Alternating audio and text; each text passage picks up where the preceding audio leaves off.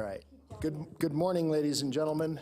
I'm going to call to order the Truckee Meadows Fire Protection District meeting for Tuesday, April 16th, 2019, and we will start with a salute to the flag. Chief Beaver, would you lead us this morning? Allegiance to the flag of the United States of America and to the republic for which it stands, one nation, under God, indivisible, with liberty and justice for all. Thank you, ma'am. Madam Clerk, would you call roll, please? Certainly. Von Hartung, Chair. Present. Bob Lucy, Vice Chair. Here. Marcia Burke-Bigler. Here. Kitty Jung. Present. Jeannie Herman. Here. Fire Chief Charles Moore. Here. Deputy District Attorney David Watts Fial. Here. I'm Nancy Parent, County Clerk. You have a quorum. Thank you, Madam Clerk. Chief, public comment. Will you read that item for us? Item 3 is public comment. Comment heard under this item will be limited to 3 minutes per person and may pertain to matters both on and off the Board of Fire Commissioners' agenda. The district will also hear public comment during individual action items. With comment limited to 3 minutes per person, comments are to be made to the Board of Fire Commissioners as a whole. Thank you, Chief.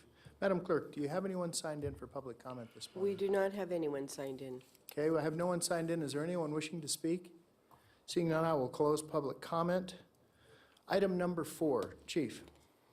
Item 4 is Commissioners, Fire Chiefs announcements, requests for information, topics for future agendas, and statements relating to items not on the agenda. No discussion among commissioners will take place on this item. Thank you, Chief. Do you have any such items? Yes, Mr. Chairman, we do need to pull item number 8. We have not received comments back from NDF on our proposed changes to the contract, so we'll bring that back in May. Okay. All right. I have no commissioners wishing to speak that are signed in. Is there anyone? Commissioner Jung. Hi, I just wanted to say good morning. Whomever decorated our interior here for Donate Life, which is near and dear to our chairman, I want to thank them and encourage everybody to put a heart on their driver's license, because that's how you become a life donator in the state of Nevada. Thank you, Mr. Chairman. That's all I got. Thank you, Commissioner Jung. And thank you for acknowledging how dear that is to our family. That's, you're spot on. Any other commissioners wishing to speak? All right, seeing none. Item number 5, Chief, consent. Item 5 are consent items. 3. Okay. Commissioners, anyone want to pull anything or have any questions about consent? Move approval. Second. I have a motion by Commissioner Burke-Bigler. The first one that I actually heard was Commissioner Herman for the second. Any discussion? Seeing none, all those in favor? Aye. Any opposed? Motion carries, I believe, unanimously. Thank you. Chief, item number 6. Item 6 is the IAFF Local 2487 report. Mr. Satterfield is here, and possibly Mr. Captain Reed will also speak. Okay. Mr. Satterfield, welcome.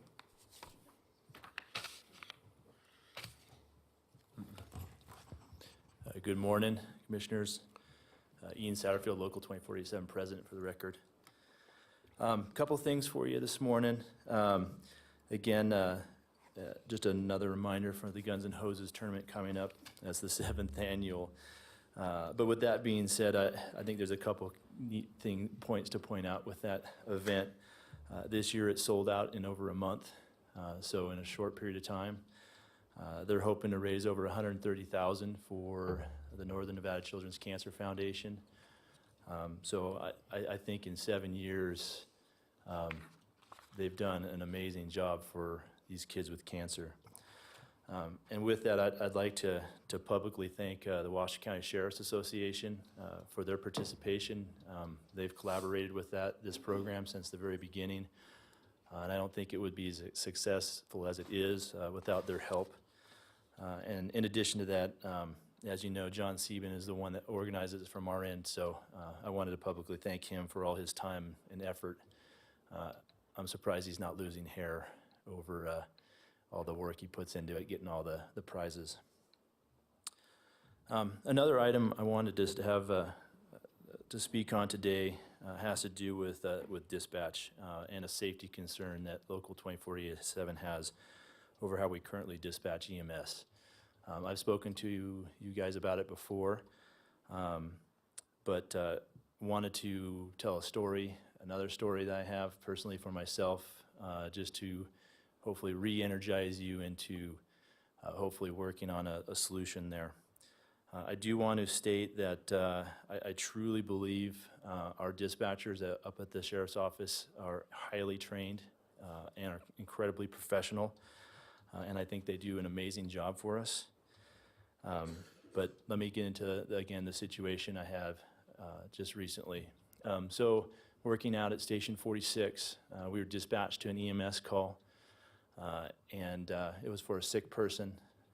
We do our normal dispatch. Of course, it was answered by the City of Reno, transferred to us, transferred to REMSA, and we're heading down there, and REMSA's right behind us. And we pull up to the house, we get out of the engine, and we're looking, and REMSA's back at the corner. We're like, why are they at the corner? And it's not uncommon that we know where we're going more than REMSA does, considering we work in that area, and we know our community, and we know our streets. So we didn't think too much of it. So we did our normal thing. We grab our EMS bags, we head up to the door, start knocking on the door, and dispatch calls us from our dispatch and says, REMSA just called us and says that you need to stage out of the area. I'm like, okay, well, we just knocked on the door. And so the door opens up, we start talking to the person, and supposedly they thought that there was a domestic situation that was happening, and that was why the ambulance staged down at the corner. So the concern that I have is that because of all the different people that answer the phone call, we're losing out on efficiency, and we're putting our firefighters at risk, because who's to say that that call could have gone a different way, and there was someone behind the door with a gun, and we had no knowledge of it. So that knowledge needs to be done quickly, and if there was dispatchers that would know those scenarios, it would be our dispatchers, Washington County Sheriff's dispatchers, because they deal with the police and the fire side, so they'd be, in my opinion, perhaps even more trained than what REMSA has. So again, it's our opinion that we need to have our dispatchers take the 911 calls and have our dispatchers do the EMD to better create a better, more efficient, to provide better service to our citizens and the public, and to create a safer environment for our firefighters. And I hope that I explained it well enough that you can see that.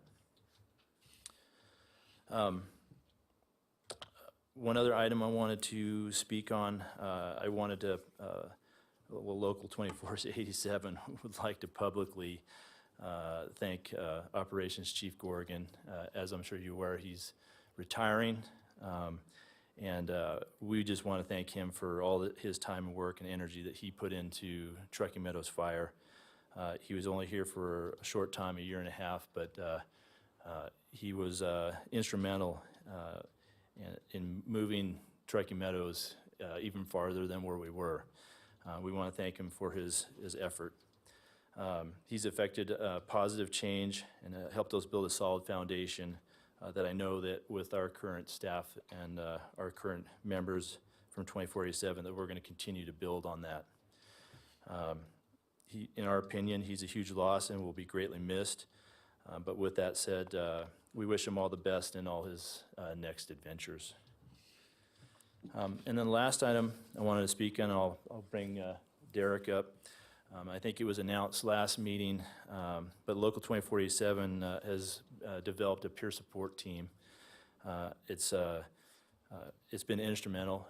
Derek has been a huge, he's been the lead on it. We kind of talked about it, the idea of doing it, and I said, oh, that's great, let's go move forward with it. And I said, do you want to take it on? And he said, yeah, I'll take it on. And it's been like a freight train running forward. So with that, I'll introduce Derek Reed. He's going to talk about the program in its detail.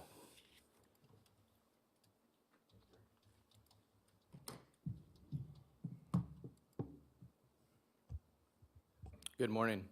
Derek Reed. I am speaking on behalf of the Truckee Meadows Fire Protection District and also Local 2487 in regards to peer support.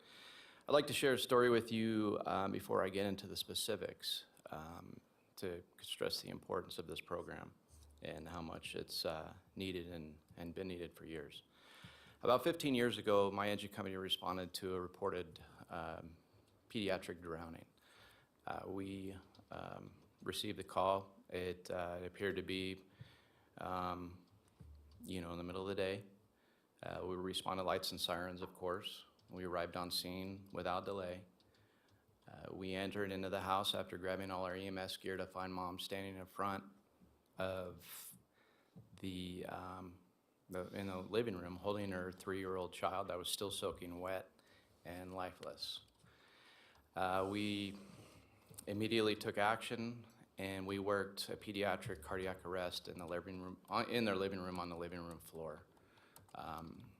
Our efforts worked seamlessly. Our crew worked by placing advanced airways, establishing intravenous lines for advanced drug therapies, and even in a cardiac monitor. After we spent probably 20 minutes trying to revive the child, he was transported to the hospital. And after a long, hard-fought effort, he was pronounced dead. So how did this event personally impact me? The child was 3 years old. I had a 3-year-old at home.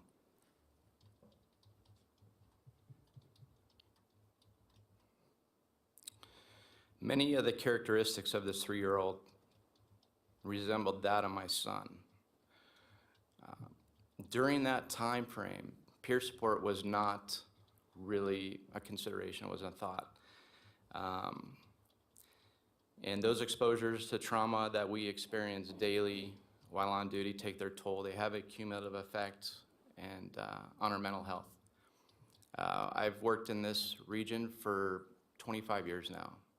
Worked on the ambulance, I've worked in the fire truck. There's not very many street corners, neighborhoods, intersections, or freeways, mile marker posts that don't remind me or doesn't have a story that I've experienced personally.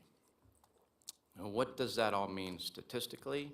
That's my personal story that I shared with you. So in the fire service nationwide, PTSD is as high as 20%, which resembles a combat vet after returning from war. Suicides in the fire service have exceeded line of duty deaths since about 2012. And that's only accumulating 20 to 30% of the data. Line of duty deaths is 100% reportable. Firefighter suicides are not. So we're only capturing a small section of people with the data.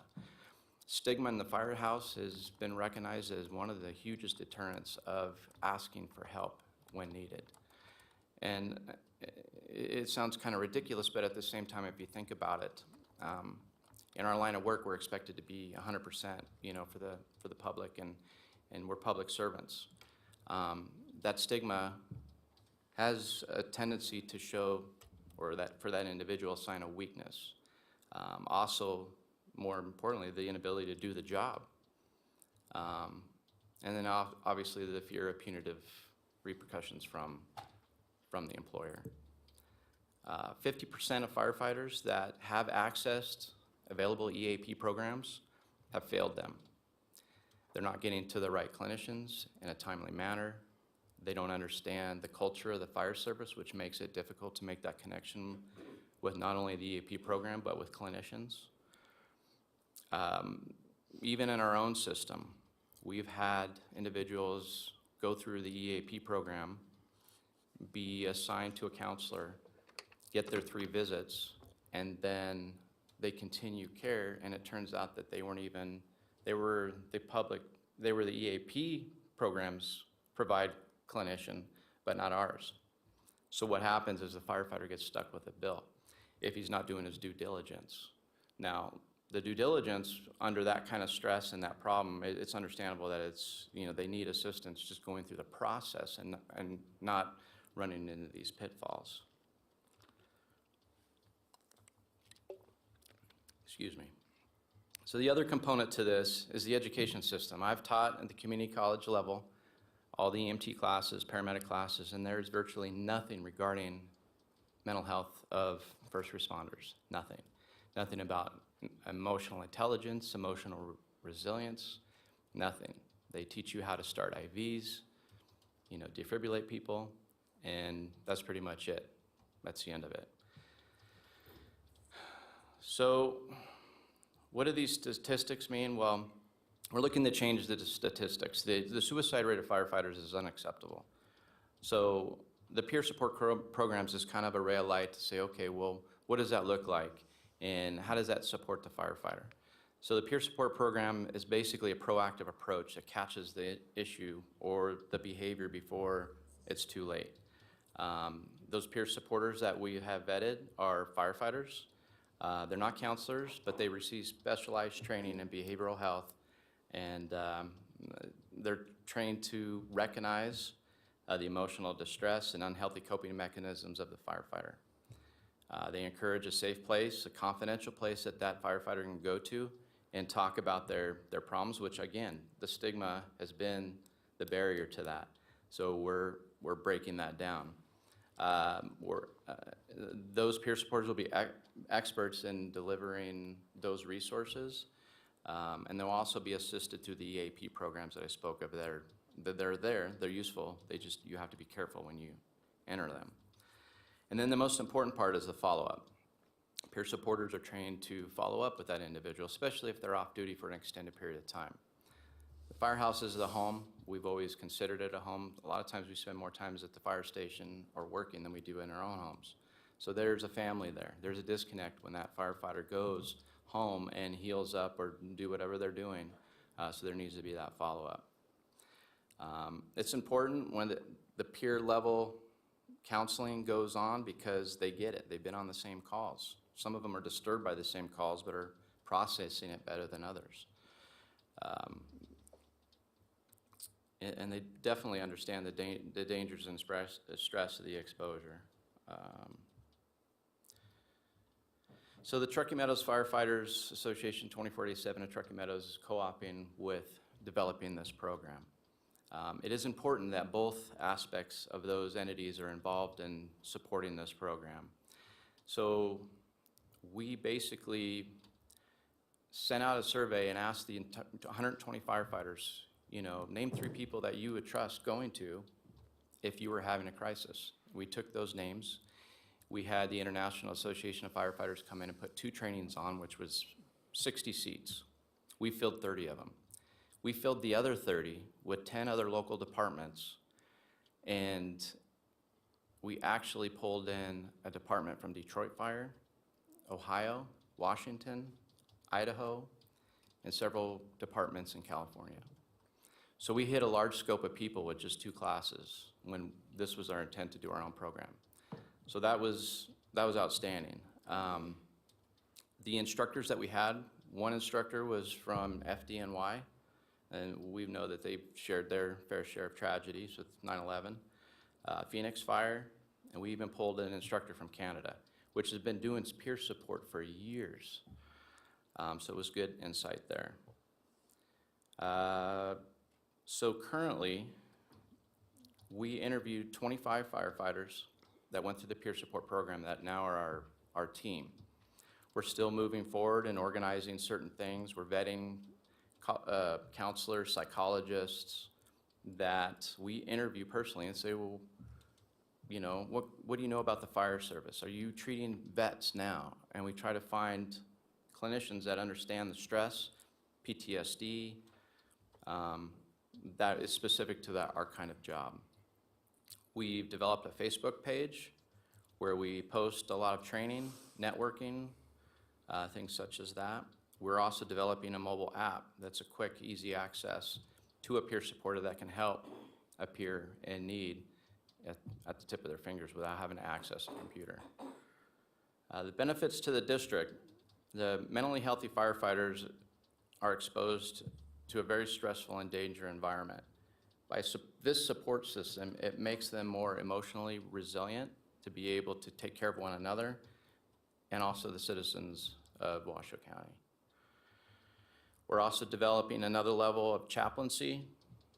We vetted one chaplain that we're currently getting on board, and we have 2 other chaplains, not chaplains, chaplains in training that are going to be coming on board that are actually line personnel. And that will create another level of emotional and spiritual support for firefighters at Truckee Meadows. If you have any questions about the chaplain, there's a huge misconception of that. They're, Washoe County Sheriff's Department has one. They work very well within the type of environment that we work in. They understand and the physical, mental, and spiritual health of a firefighter. So, Okay, do you have any questions? we do. Commissioner Jung, I have you signed in. I'm signed in under the whole report because it doesn't break down here. So I'll Oh, I'm start sorry. from the most recent, which is with this less than comfortable conversation for first responders and what they see every single day. And Captain Reed, I think, highlights it very well just in his personal testimony. Clearly, that experience with the 3-year-old has not been something that has been put into a compartment and moved on. It still is really triggering you, and that's the nature of trauma, right? And I commend you for coming forward as a leader in your organization, because I do understand military, first responders, many of these more patriarchal organizations, there's a code of silence that we don't admit that, we've been traumatized, which would traumatize anybody to see something like that. And you're right, it's unpredictable and you don't know who is resilient, but I think it goes back to hiring practices as well. That should be another area of our hiring practice, not only with first responders, but anybody who is, repeatedly going to have to learn how to process something that you are not equipped with as a human being. You're just not. And I give you a lot of credit as a leader in this region, and it sounds like nationally now, to acknowledge it. And it's going to take veterans like you, people who've been in this for a long time, to come forward and make it okay in a path for the new hires. That's just a normal human reaction to a very abnormal situation. And I can't say enough how much that you're a hero.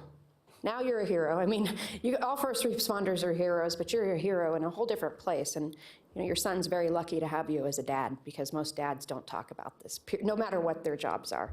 In my experience of my generation, I'm 46. And my father is a war combat veteran, and you don't hear him talk about it. Do we all get the effects of his PTSD? Oh, heck yeah, we do. The whole family has experienced that. So what I would say for information to the chief, this should be in the budget. This should be something that is done front-loaded and continually done and budgeted by this fire board. And also the screening should be, I don't think the union should have to be taking on this expense, frankly, and it should be a line item. And then the other thing that I would bring up, and this is a global question, it's being talked across all the United States, but especially in this state, the Employee Assistance Program and what it does and what it does not. And since I've been in government for 20 years, the EAP program has often not had a great reputation amongst, let alone people who meet trauma every single day, but people who deal with addiction issues, family stress, et cetera. When people say go to the EAP, it's kind of like a joke because it isn't well integrated, it isn't even organized to do what the best practices say today, evidence-based practices for people that are experiencing either chronic or acute trauma at the time.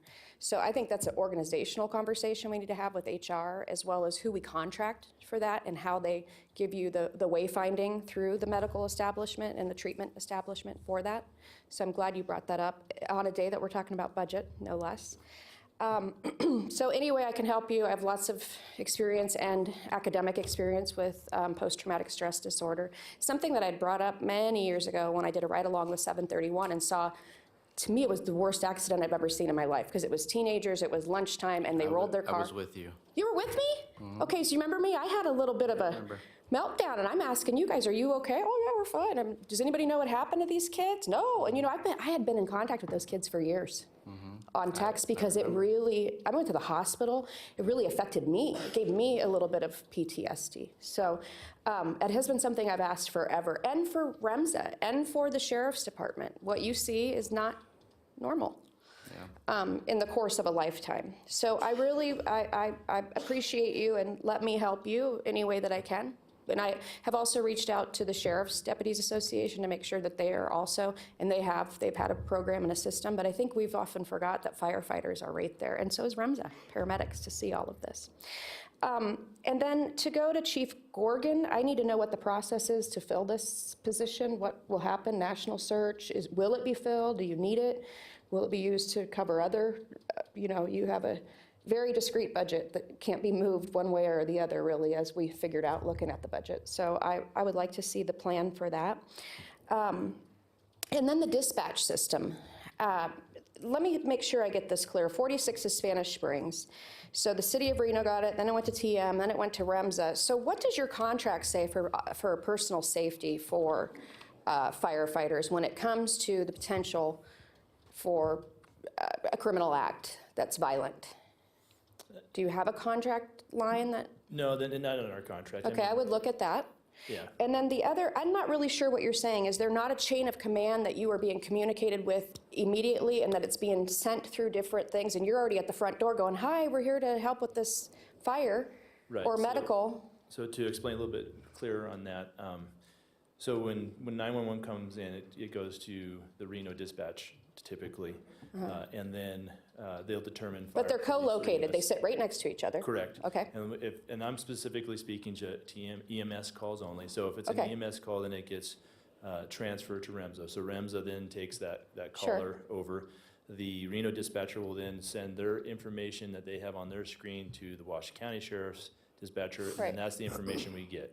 Right. So at that point in time, there's no communication between the REMSA dispatcher and our dispatcher. And so if there is something that needs to be All right, immediately said. immediately communicated to Yeah. us, then it's a phone call to our dispatch and then radioed to us. So that's why you were at the door, and then they said, pull back, go sit at the corner. Right. But you had already been at the door, and your concern is, why were we already at the door when REMSA knew to stay back? Correct. There's a gap in Okay.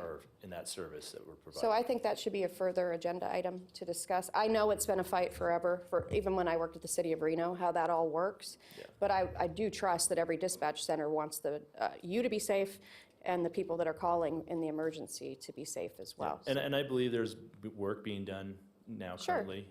And I just wanted to really reiterate our concern and that we're here to assist and help in any way that we can Okay. with any information that we can give from the ground. All right, I agree. Thank you. Great report. And thank you again, Captain Reed. Thank you. Okay, thank you, Commissioner Jung. And you're correct. In fact, I've recently had this conversation with the manager. We are discussing some of the gaps in dispatch, and I know it's going to come back to us. Chief, I think that the peer support program, if we're going to spend any money on it, and I'm not arguing that we should, but it needs to come back to us as an agenda item that we can look at. And I think that that's more of a global look. And how do we work collaboratively with our regional partners, because we're not the only ones in that boat, and maybe there's some ways that we can work collaboratively. I don't know. I'd like to see it as an agenda item. I have no one else signed in. Is there anyone wishing to speak? Gentlemen, thank you. Can I add one more thing to that? Oh, I'm sorry. I had 3 written down. I apologize. That's all right. But to speak on the budget item, the peer support team and the district we've been working collaboratively on this. It's not just Local 2487. And I believe there is a budgeted item already in it for this year. And we couldn't be where we're at today without the collaboration with Chief Moore on this item. So it's not just this side, but it's also from him as well. So he sees the importance, I think, just as much as we do. Oh, yeah, and I Thank don't you. think that there's any question. I'd like to have the conversation in a wider scope, because I don't think it's just fire, as Commissioner Jung appropriately pointed out. It's a wider group. There's no question of that. And I think that there may be some ways that we can collectively as a community address some of these issues. And I love that we're going to, we have the opportunity, and I know what the sheriff's office has. I know that other agencies have those things. I'm not sure REMSA has anything. I don't know if they probably have a contract person that they use for psychiatric issues, but I don't think it's the same. I don't think it's that. And I don't want, Captain, I understand. I don't, I'm going to get pulled over here in about a minute if we get too deep into discussion. That's why I'm asking for an agenda item, because I do think it's important. Mr. Chairman, one other thing too. I think it Yes. affects not even first responders, but county-wide too, whenever we have, let's say, a bomb threat, or we have somebody who comes in unstable because we're taking their children away from them. I mean, I think what about our communications people? They have to deal with everything that comes in. So I think what about the commissioners? I'm just kidding. I think I'm okay. But you do get some PTSD when we hear, what about that fire out in Washoe Valley, and we were told at 5 a.m, we will have deaths. I mean, and we didn't, thank goodness. But, I think this needs, what you said, broader, general, and regional, probably state and national. Yeah. But we can start here, and we can be the leaders in that area. And I think we should invite people to come participate with us. Absolutely. Thank I you. couldn't agree more. Look forward to having the conversation, Chief. Sir. Mr. Chairman, I did want to speak to your question and Commissioner Jung's question about funding this. There is $25,000 in the budget. That is the full request of staff to move this forward. And I can so relate to Captain Reed's incident. I don't mean to tell a war story, but I feel compelled. My first call as an EMT in 1980 was a horrific car accident. And I can rarely tell this story without breaking down, so I'm not going to go any farther into that. But there is a cumulative effect on our emotions and our hearts and our minds as we do this for a number of years. And I want to commend Captain Reed for taking this on and pushing it forward. I think it's going to be a great, great thing for our department. Yeah, no, I look forward to having the conversation. I think we all, and unfortunately, Commissioner Jung, you saw it one day. I witnessed a fellow in a rural area pass away from a car accident. Another car and I were on the scene, so I think that there's some merit. I really do. Okay, item number 7, Chief's report. Item 7 is the mutual aid statistics are presented in my cover memo, as well as response statistics. I'll let those stand unless there's any particular questions. I move on to Hidden Valley Fire Station development. County CSD has asked that we make the SUP application inclusive of the residents that we just purchased and the new truck bay. Our plan initially was to remodel the house and then immediately and then move on to the application of the truck bay, but they wanted to see both. We've hired the consultants. The plan will go in May and will be heard by the Board of Adjustments in July. The architect has already completed the plans on the house. So once we have the approval from the Board of Adjustments, then we can get started on the house. So I hope by perhaps Thanksgiving, we would be in the residence and then looking for construction of the truck bay sometime in next spring. Okay. All right. Update on new apparatus delivery, Jennifer, if I may have the photos come up. We're taking a delivery of 2 new water tenders and 2 new Type 1 engines. And they're actually parked out in the cul-de-sac. If you have a break between now and the BCC meeting, we'd love for you to take a look. This is one of our new 3,000-gallon water tenders. One will be based in Mogul Station 40 and the other at East Lake Station 32. They're 3,000 gallons, highest amount of horsepower that we can put in these, and they really are state-of-the-art. And the next photo, that is an example of our Type 1 structural engine, which we have 2 of those now. Over the next 30 to 45 days, we'll be equipping them with all of our loose equipment, and they'll be going into service probably within the next, not later than in 2 months, but they'll certainly be ready for wildland season. I know what I'm trying to think of what stations. I know you're going to ask what stations are they going to, and I cannot remember, I'm sorry. But I have it written down somewhere. And then finally, The update on open burning, I'm going to let Chief Beaver speak to that, so we'll move that into item B with your permission, Mr. Chairman. Please. Okay. So if there's any questions, I'd be glad to answer. Chief, did you want to come up and discuss open burning?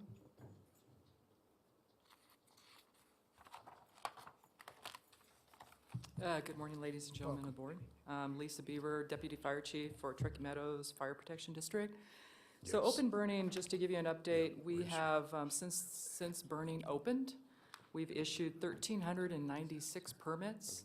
And on those 1,300, I'm sorry, I need to talk to Chief Cannon really quick. 1,396 permits, we have only had, since burning opened, 21 burn days due to the weather conditions that we've had. So I was out in the Verdi area, actually Chief, going through. Chief, we're gonna take a recess just for a moment. Hold on just a second here. Where's that?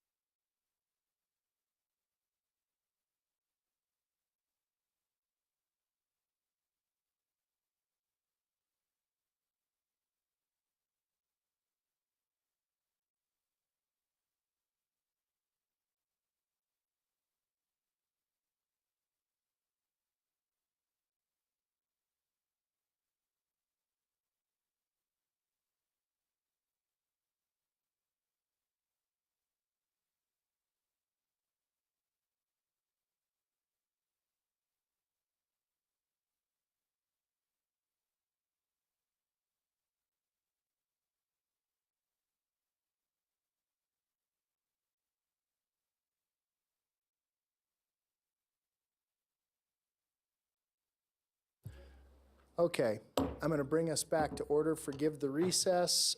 Chief Beaver, will you please continue on open burning? So just to recap, so since burning has opened, we have issued 1,396 burn permits. Since that opening day, we've only had 21 days of allowable burning. And speaking of allowable burning, I wanted to kind of have you take a look at the picture that we've got up on the monitor here. I happened to be in Verdi on a non-burn day. This was a pretty windy day. I was out with Captain Boyer. We were actually doing an assessment because we've been trying to do some planning with NDF in regards to some grants to help reduce fuels. We saw a smoke column, so we followed it down, went to this home, walked in the back, and so the wind was actually pulling the embers off the top of this pile. That really light brown color in the back is cheatgrass. The pile is probably maybe 2 feet from the edge of the cheatgrass, and all of the burn material, especially where the pallets are, was very, very close proximity to the fire. There was no one around, so what we did is we went up to the home and we actually knocked on the door. A gentleman answered the door, very nice man. I informed him, I said, do you know that today is a non-burn day? And he goes, no. He says, my permit tells me I can burn. And I said, I understand. And so we did a little bit of education about you need to call the number on the permit to make sure it's a burn day. The recording will tell you, so on and so forth. I said, in addition, sir, I said, you cannot leave the fire unattended, and you have to have a means of extinguishment by it. And he was not aware. So what this kind of highlighted for me is, if you remember correctly, when we first opened the very first meeting that we had about burn permits, the other jurisdictions actually do 100% inspection of burn permits with some exceptions, like for burning piles of needles.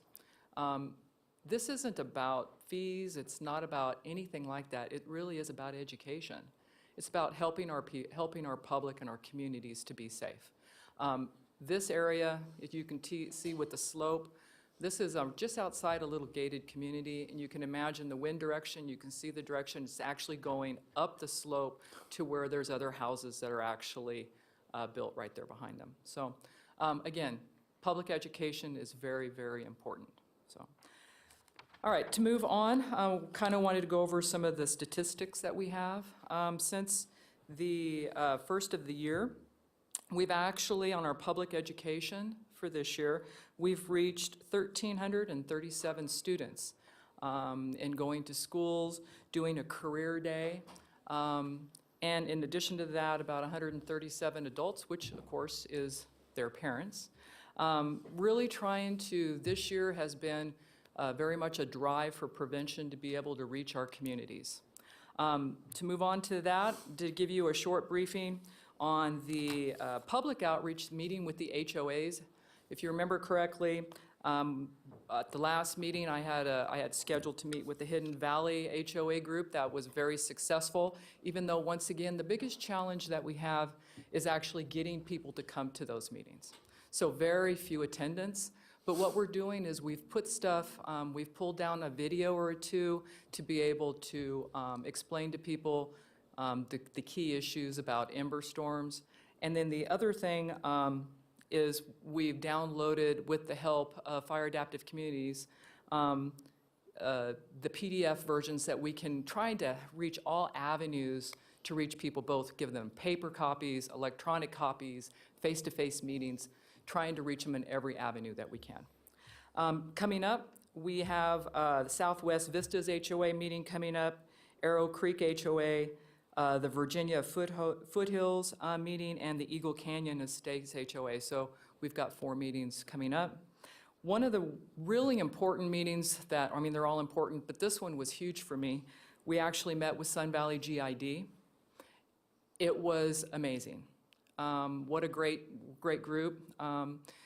They're actually looking to partner with us to help us spread the word by doing inserts into their billing to reach the community, to actually having apparatus and bringing, having a table set up for like their film night when they do movie night to set off the spring.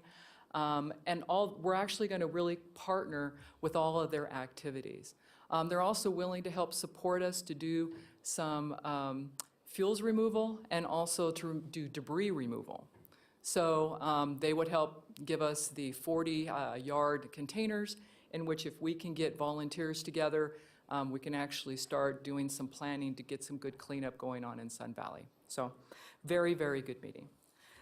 The next round of statistics I'd like to review. First of all, I'd like to thank my staff. When I first came on board last year, the plan review and inspection process had a huge backlog. We always seem to be in a reactive mode, but staff really worked very hard so that we can get those numbers down. There was at times we had about 65 plans that were in the queue to be removed, to be reviewed. And I wanted to tell you today the number of plans that my staff had worked diligently on to get the numbers down and to help our community be successful. We only have 17 in the queue.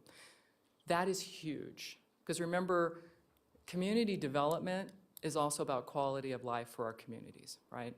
So we're meeting those demands, we're getting there, and I just wanted to put that out to my staff. I wanted to thank them very much for their diligence. Last item is the ash can program. As you can see, the distribution, we're outlining this is in regards to where we're issuing those ash cans. A total of 69 that have been issued. Could we do a better job of that? Absolutely. One of the things that we have talked about doing is when we go to these HOA meetings, maybe we can actually use that as a venue to issue ash cans also. Okay. That is pretty much all that I have for you. So, Okay. Any questions? I personally just wanted to thank you for the hard work, Chief. I genuinely appreciate it. Thank you, sir. Commissioner Jung, you're signed in. Thank you, Chief Beaver, and for all your hard work in transforming this into a completely engaged community. And that is no indication of that the past it wasn't done. We just didn't have the bandwidth for somebody like you. And so you've really demonstrated how important it is for a position like yours to be fully engaged and to let our public know that a fire, much like the Camp Fire in Paradise, California, is not an anomaly in the West anymore. And the best we can do, rather than reacting, is to be proactive in preventing such potentials. I do have an idea for you. I'm so glad you went to the Sun Valley GID. I agree with you. That is a terrific board, very engaged, do anything what's right for their community, which all boards should be. And I have an idea. Summit Church is adopted the whole valley. And they're on the other side of the valley on Pyramid Highway in Spanish Springs. And they're the ones that cleaned up the whole skate park, which was just filled with sagebrush and cheatgrass. And they are the ones that give coats to every single child, K through 12 now, for the winter. And they don't even ask for need anymore because it's such a generous church. And that's what they believe, that their faith should be put into action. And I would be happy to help you make that connection, because they could really help you and the GID with any additional funding that would be needed to get that message out.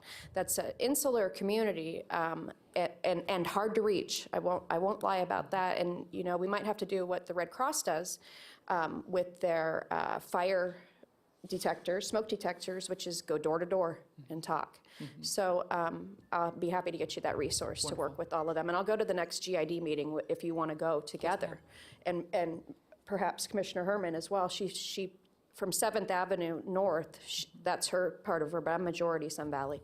So we should probably do that all together and meet at that meeting together and get Summit Church. And I think we could really make a difference in a valley that is largely mobile homes, and mobile homes burn hot and fast. So thank you for reaching out to my beloved Sun Valley. Thank you. You're welcome. Thank you. Okay. I have no one else signed in wishing to speak. Is there anything? Okay, Chief, again, thank you so much. Chief Moore, that is the end of the Fire Chief's report, or is there more? No, sir, that's it. Okay. I know we pulled item 8, but let me make sure that we're doing this correctly. Madam Clerk, is there anyone signed in wishing to speak on item number 8? No, sir, I don't see anyone signed in. Okay, all right, good. So Chief, item number 9. Item 9 is a recommendation to approve retroactive and continued purchases for needed supplies, materials, equipment, and contractual services from Vicarious Fire and Equipment Company, LLC, that will exceed in the aggregate $100,000 during this fiscal year, but will remain within available adopted budget funding. All such purchases will continue to be subject to and in accordance with the provisions of the Local Government Purchasing Act. Mr. Chairman, this item is basically loose equipment for the new engines that we've taken delivery of, and so we want to exceed the $100,000 so we can get them equipped. Okay? I have a motion by Commissioner Jung, second by Commissioner Lucy. Hold on just a second. Madam Clerk, is there anyone wishing to speak on this item? Do we have I any have public comment? No one signed in, sir. Okay? Okay, we'll bring it back. Any discussion? Seeing none, all those in favor? Aye. Any opposed? Motion carries unanimously with Commissioner Burke-Bigler being absent. Chief, item number 10. Item 10 is discussion on possible direction to staff on the renewal of the cooperative agreement between the Truckee Meadows Fire Protection District and the Reno Sparks Indian Colony. Mr. Chairman, as we've been trying to renegotiate a new agreement with Reno Sparks Indian Colony, the agreement has in the past been an automatic aid, mutual aid arrangement. Reno Sparks Indian Colony really has no resources to respond back to us. So I thought it prudent before we move any further on the agreement, I need some direction from the board. Do we want to proceed a fee for service since there's no reciprocal aid back to TM? Do we want to continue doing just simply automatic aid, mutual aid to the colony? I am aware that there are some properties within Reno proper where the city of Reno responds for Reno Sparks Indian Colony and does charge. Those properties are the 2nd Street Walmart, the CarMax property, and there may be others. So staff is looking for some direction from the board as to how we might wrap this up for negotiations. And you see in the staff report that we responded some 138 times, I believe, over the last 3 years. There's not a significant response, but of course there is some. When we do respond, it does leave Station 46 Spanish Springs vacant, and that should bear into your decision-making, I believe. Okay, and Chief and I had written down, as I read this agenda item, how are we reimbursed? And then I also had the question of what's the historic fiscal impact? And so I think that that's important for us to look at, and I think that we should, since it isn't, we'll call it a quid pro quo, we really do need to figure out what the impact is to the service and come up with some type of an arrangement. Commissioner Jung, I have you signed in. Thank you, Mr. Chairman. Mr. Fire Chief, have you broached this with the Reno Sparks Indian Colony, and can you tell me exactly what area you were speaking about? Is this Hungry Valley? Okay. And have you talked to them? We have been speaking to them, and we've been waiting for a geographical map. They have significantly expanded their territory to the tune of many, many acres, and that's really what triggered this. We have not heard back from Okay. Reno Sparks Indian Colony about their request for a map. So negotiations are ongoing, but until we wrap this up, I didn't want to discuss a fee for service unless the board authorized it. Right, and when you say that you don't respond a lot to them, but your concern is they can't respond to us, should we need them because I understand best practice is always automatic response, but that is under the understanding that everybody is somewhat equal in their ability to provide aid, correct? Yes. So how often did you respond to needs from the Reno Sparks Indian Colony in the last fiscal year? I mean, ballpark it, don't speculate, but is it a lot? Is it a little? This is my question. Let me just tell you where I'm going, because sorry to put you on the spot. You probably didn't have that ready. This is the question always, right? Is it worth the skills and practice that our paramedic firefighters get to be the responder with nothing back in return, or is it not? Do you get what I'm saying? Because one of the biggest arguments from our firefighters is, well, we need to go to the emergency calls because we want to practice pushing drugs. You don't practice it, it's like riding a bike, right? It comes back, but at whose expense? So that's kind of the way that I would look at it. Is it worth for the skills and training and use of our equipment that the chair has graciously put on all of our trucks too, which is the automatic heart compressor. What's it called? Lucas Oil? No, Lucas 2, sorry. Do you see what I'm saying, where I'm going with that? Like, how often is it? Is it not, I mean, is it worth the paper that we would write this on and the staff time to negotiate that? And what do we get back in return? But if you feel like it's a real drain, and I don't like to leave a station uncovered. Spanish Spring is huge, and they've had a wildfire like 3 times a year out in, I don't know if that's called Spanish Springs, but Palomino Valley, and they kind of all seem the same to me now that they've kind of blended together. So there's so many things to balance with that. So that I need more information and sort of how, and it sounds like no negotiations have started, and they have other priorities too at this time. We have been discussing this off and on for the last few months. To answer Commissioner Jung's question, Mr. Chairman, the number of times that we've responded in the last 3 years is 122 for an average of 38. Most recently, we responded to a structure fire and took 3 pieces of apparatus out of service. So when there is a fire, brush fire, or a structure fire, we are making a significant commitment in time and materials, which happens infrequently nevertheless, but it does happen. And I forget your last question was, do the crews need the additional experience? My belief would be no, because Spanish Springs is the second busiest station that we have. So we're well practiced. Whoever is there is well practiced in call volume.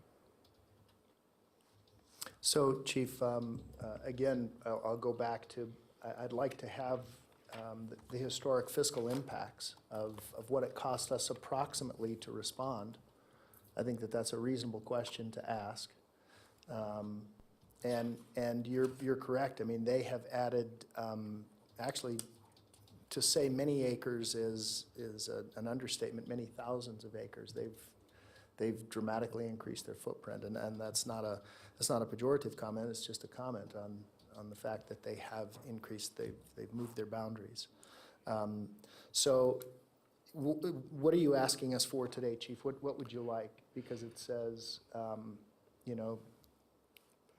how do you want us to give you direction? Do you need to bring us more information, or what would you like us to do? My recommendation, Mr. Chairman, would be to authorize staff to approach Reno Sparks Indian Colony about a fee-for-service and bring back fiscal impacts.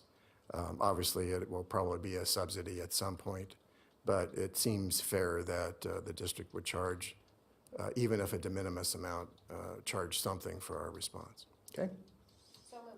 Second. I have a motion by Commissioner Jung, second by Commissioner Lucy. Before we get into any discussion, Madam Clerk, is there anyone signed in on this item wishing to speak? No, Mr. Chairman. Okay. I will close public comment. Any discussion at the board? Motion by Jung, second by Lucy. All those in favor? Aye. Any opposed?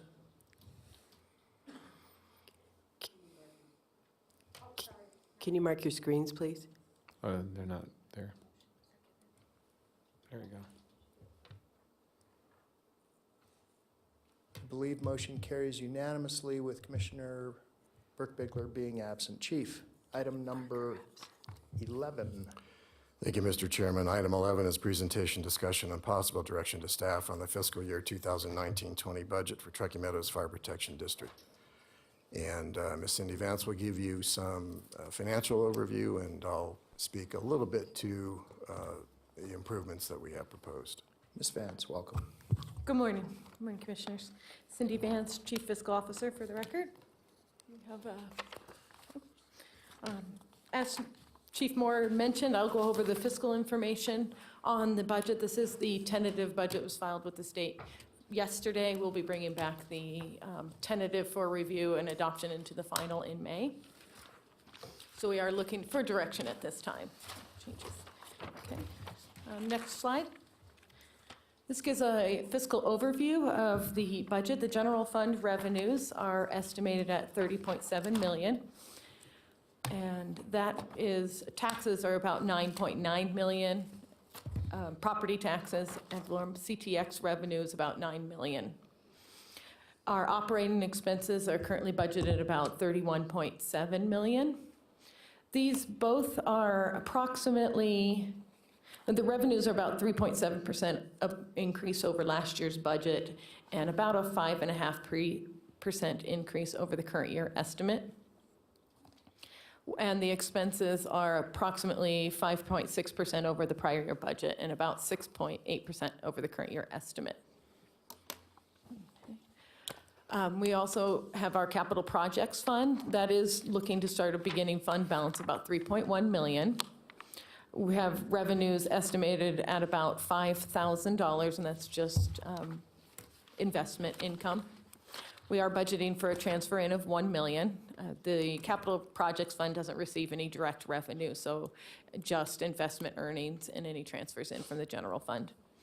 Current year expenditures are, fiscal year 20 expenditures are budgeted about 2.8 million, and this will change slightly. Won't always be an expenditure, but will be some debt payments. We are expecting to finance the final construction or remodeling of Station 37, and also looking at the logistics, which Chief Moore will go more in detail into.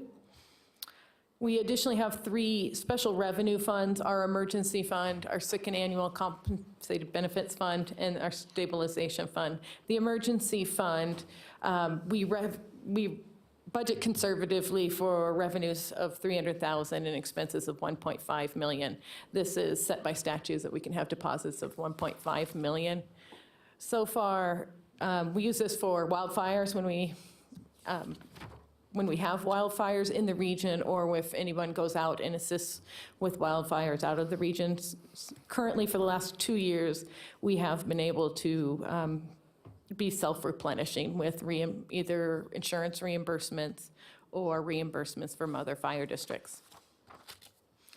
The sick and annual compensation benefits fund, this is a special revenue fund established to be able to pay out our large compensated absence balances, which are estimated about 2.8 million now.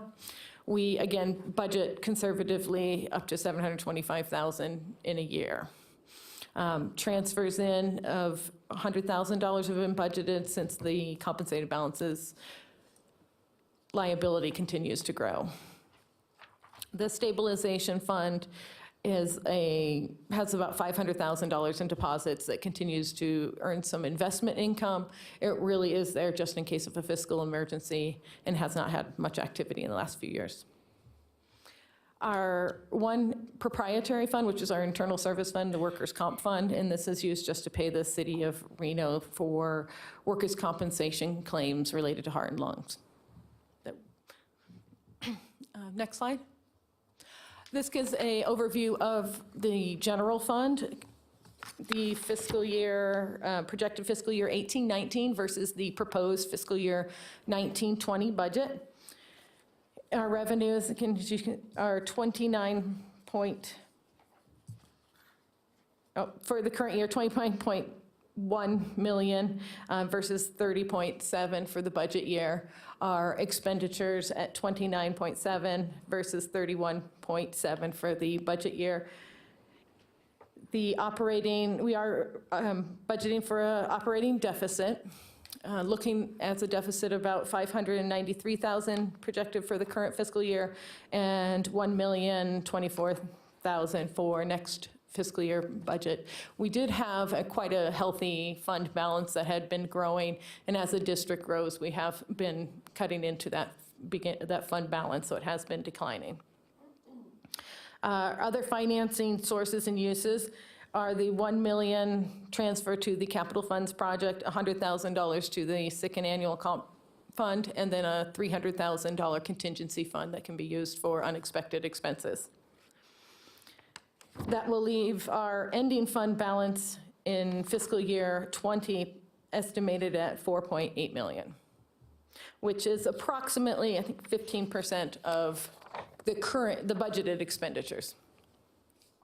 Okay. Next slide. This gives an overview of, this is really hard to see, of the expenses in the general fund. Salaries and benefits, salaries are 50.1% of our total expenses and benefits at 29.8. So we do have about 80% of our revenues expenses are related to salaries and benefits. Services and supplies at 20%. The salaries and benefits last year, salaries were estimated at 15.3 for fiscal 19 and 15.9 for fiscal 20. Benefits are going from 8.8 for fiscal 19 and 9.5 for fiscal 20. This is the salaries and benefits from fiscal 18 to 19 are up approximately 10%, and then from 19 to 20, about 5%. So we do have some considerable growth in our salaries and benefits, which will be discussed next year. Part of that is to do with the negotiations. Okay. Next slide. I'll go ahead. Service. Chief Moore, I'll hand it over to you if you want to go over the service level. Thank you, Cindy. I just want to mention to the board major improvements with respect to personnel addition and capital additions. So we're looking at adding a full-time public information officer. You know that we are using Mr. Mayberry right now, but that is done through a contract with the county, and we're looking to make that position permanent. And Ms. Vance works awfully hard, and I have observed her in here many, many weekends. I think it's necessary that we add some accounting help for her, as well as somebody that person will also help with payroll administration, which takes a lot of time. The EMS coordinator would help Chief Cammon with his program. 80% of our calls are EMS related, and Chief Cammon does an extraordinary job with managing that, but that is a significant portion of our service delivery. So the EMS coordinator would be someone who will help him administratively through Q&A of all of our calls, through drug ordering, many of the administrative tasks, so that Chief Cammon is freed up to be able to do training and other important functions that he does it all. That has been approved by the board, but it will be funded full-time next year. And then on capital, again, we're looking at replacing 2 new structural engines with our fleet. We almost need to buy 2 new engines every single year in order to keep them at a 10-year service life. And 2 new brush engines, 2 new command vehicles. Station 37, that project will largely be funded in the next fiscal year. We are going to have to seek some short-term financing for all of our capital projects. We simply do not have the cash anymore to be able to pay for these projects outright. And then for logistics and fleet building, we need to do the planning and architecture so that when our lease runs out on the Gregg Street warehouse, we're able to move into a new building. I still need to have discussions with the county manager, but we're proposing that building be located in the Longley Yard, somewhere within that complex. So the architecture would be complete next fiscal year, and we would look at construction then the following 2021.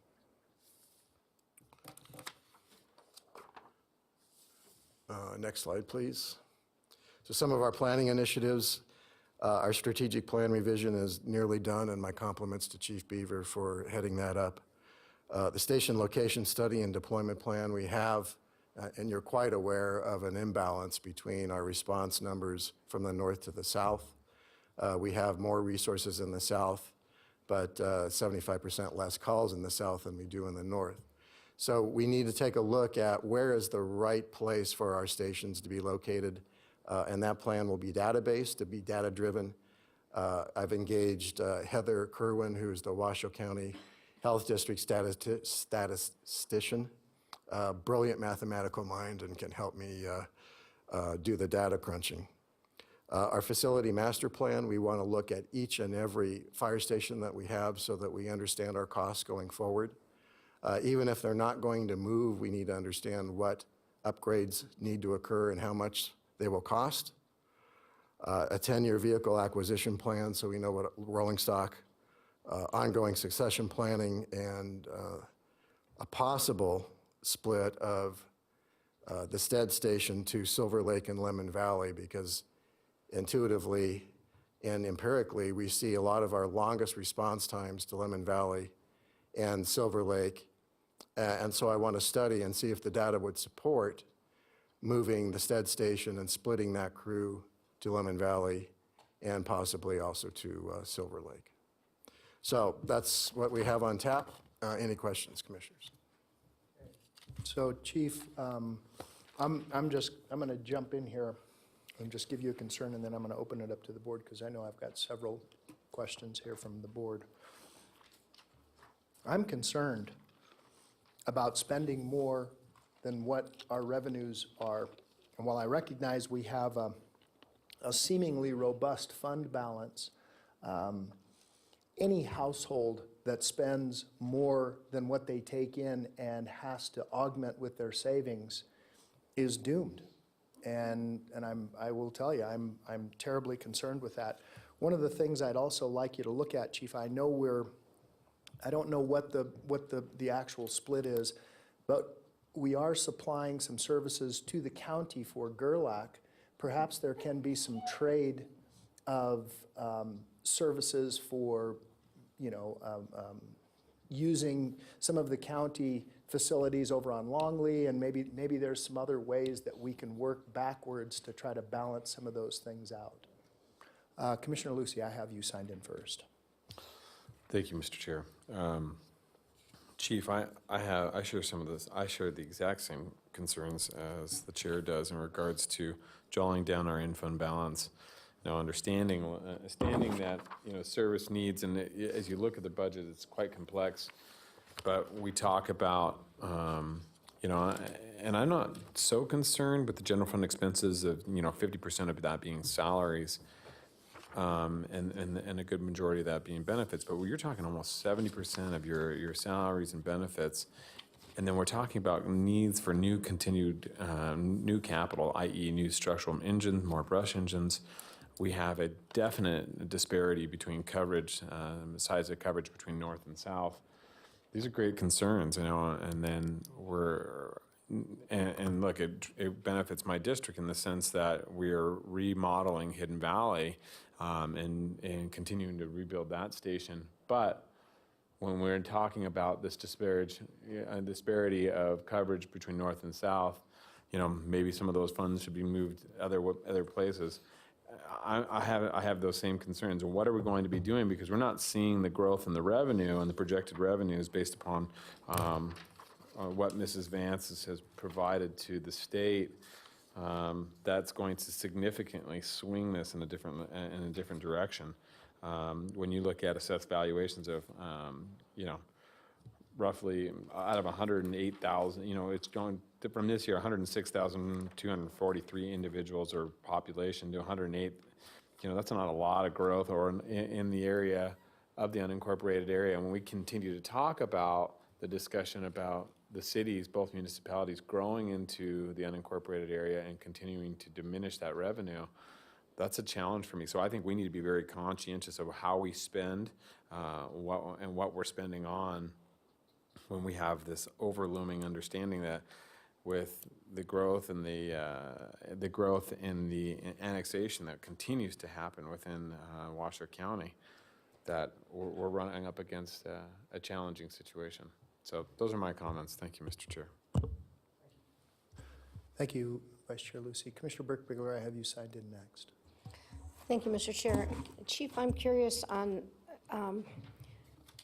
as you know, I'm a proponent of making sure that we do something to get the service to Lemon Valley faster. So I like the idea of the split of the station, but I'm curious, how many firemen do we have there now? If we're going to split the station and put it in two different places, do we have already on staff enough crews to fill those two stations, or are we going to need to hire some new firemen? Probably a little of both.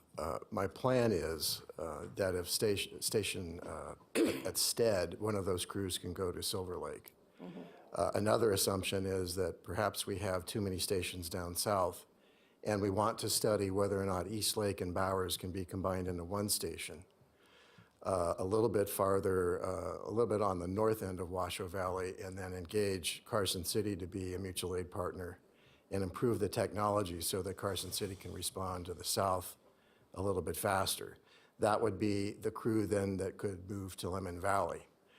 Another thing that we need to look at, and before we get full speed ahead on Hidden Valley, is that Reno Engine 6 and Sparks main headquarters are in approximate location to Hidden Valley.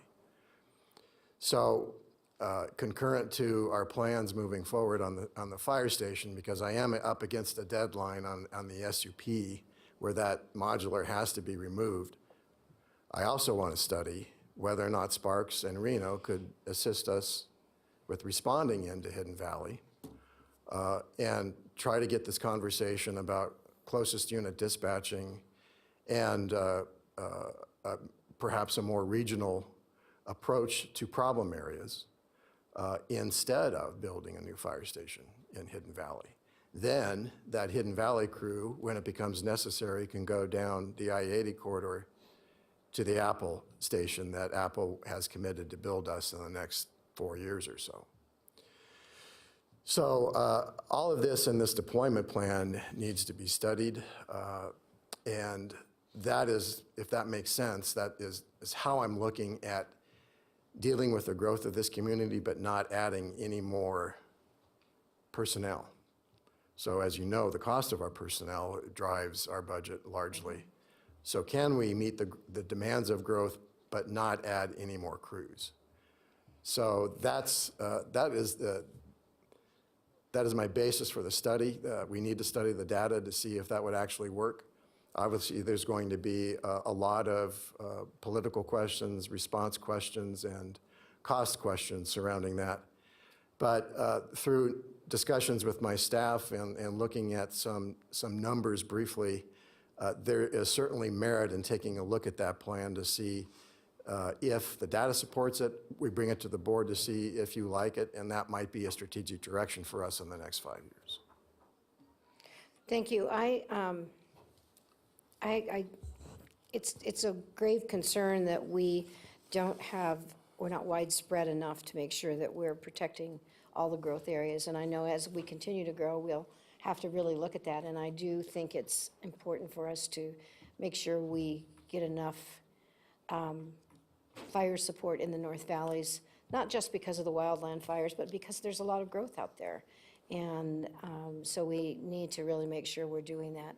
But at the same time, I do have a concern about both doing away with the Hidden Valley Station because I know Commissioner Lucy's constituents, many of them who are friends of mine that live in there, don't want their station gone. They like the fact that there's a station right there and it gets to them quickly.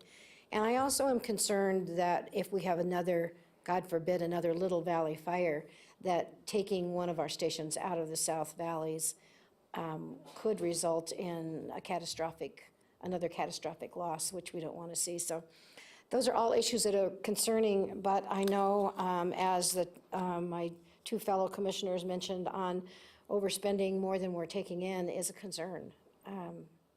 It's a concern we're all dealing with, I think. So, but thank you for your efforts and everything you're doing.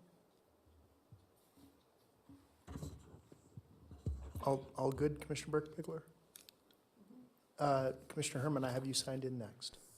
Okay, thank you. I've mentioned this quite a few times before, and I'm wondering if the value of Reno pitching in and helping with our North Valley fires, because we have so much city of Reno within the North Valleys. And I don't know how many calls go to those areas, but I'm pretty sure that we should have a little help with that. So could you look into that? Absolutely. Thank you. Mr. Chairman, may I Please, go ahead. wrap up with a few final comments? Well, we have some others that still want to speak. May I allow that first? Commissioner Jung, you're signed in next. Thank you, Mr. Chairman. Chief, I need from you a report yesterday. How have the annexation effects of Reno and Sparks? I want to see a trend line. And I think you probably only have to go back, 5 years? Because they're really 5 years before that, there was zero growth. Can you tell us how that's hit our bottom line? And also, what is our lobbyist doing about that? We gave him clear direction that we needed updates on that, and what the alternative would be if we could not prevent the cities from annexing and giving us money back per the legislature. We can't demand that here. What other alternatives are we exploring for revenue sources? Because again, as I said on the record and was responded to by the city manager, that this is not an arms race. It is an arms race. It's always been with the annexation. They annex, we lose revenue, then we think we need to grow, which also leads to sprawl. So can we look at other revenue sources, either legally today and what it would take to change the law so that we are not in this complete competition for revenue? And I say our revenue is the best than the city and of Sparks and Reno, because ours is a dedicated fund. It makes it much easier for us to manage, and it also is more fair to the professional firefighters, because we say, this is how much you have. What do you want us to do with it? The city of Reno, very notoriously, this is what largely led to the divorce, if you will, with fire, is because they kept browning out their own, saving money in their own pocket, leaving ours open and charging us. So that's always been a disconnect. I need a report. What has it done? What are we doing? Are there other revenue sources out there to support us other than growth? The second question is, you said you want to do some more locations of fire stations. We have done so many studies paid for by this county and the city of Reno and the city of Sparks. Where are those old studies of fire locations, and why would we have to look again where we are going to put fire? Because the regional plan has not changed. All growth is going towards the north. That is what the regional plan said. It has not changed since then, unless I'm late to the party. I don't think the regional planning board has signed for this regional plan that they should have had done when we weren't growing. I don't know what staff were doing then.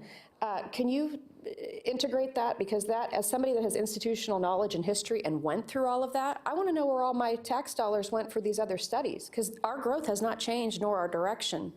And I don't know what the new regional plan looks like. I am curious to see that as well, and what that is taken into consideration. And then the workers' compensation fund, which of course no revenues, and expensive expenses, which I totally believe in, heart and lung. They're much more, firefighters and first responders in general will have heart attacks and lung problems because of the nature of their career. When do we stop paying them? Is there an end date? Like, what's the youngest person that we're covering right now? And what do your insurance actuaries tell us? Because I also need to see an insight into this. There should be a time that these people are old, retired, you know, and that liability is gone. We're not paying Reno forever, are we, for heart and lung? As you said, it would be until the last person passes. And I think we have, people are in their 50s, so. Okay. Could be So can you many look at years. some actuarial data and get that to me? Because that's a large chunk of our revenue as well. It's an outside liability that we can never change, right? It's just like all the staff that we have that haven't taken their vacation. That sits on our books because we have to pay that. And those are the questions that I have. I'd like the answers sooner rather than later, considering the session is about to end. Thank you. Thank you, Commissioner Jung. Commissioner Lucy, I have you signed in again. Thank you, Chair.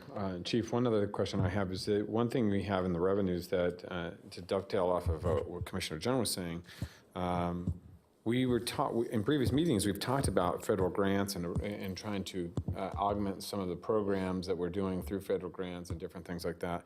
But it doesn't show any potential for federal grants identified in the current estimated going into, or the tentative approved going into next year as well. So I'd like to get kind of some understanding from you what grants we're going after and what that budgetary allowance is going to be to help augment the budget going forward. Also, one of the other discussions as we look into that I forgot to bring up in regards to, we talk about a 10-year vehicle acquisition plan and continuing to add the engines.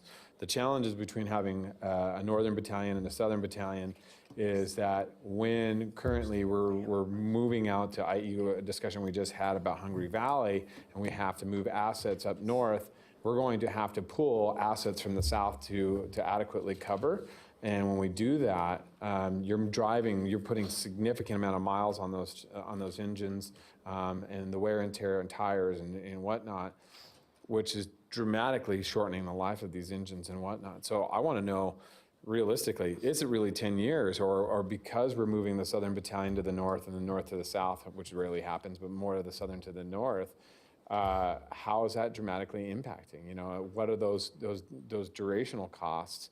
Whereas, you know, are there some upfront costs now that we could do to mitigate some of that long-term, those long-term liabilities? So some of those discussions I'd like to see in the budget as well.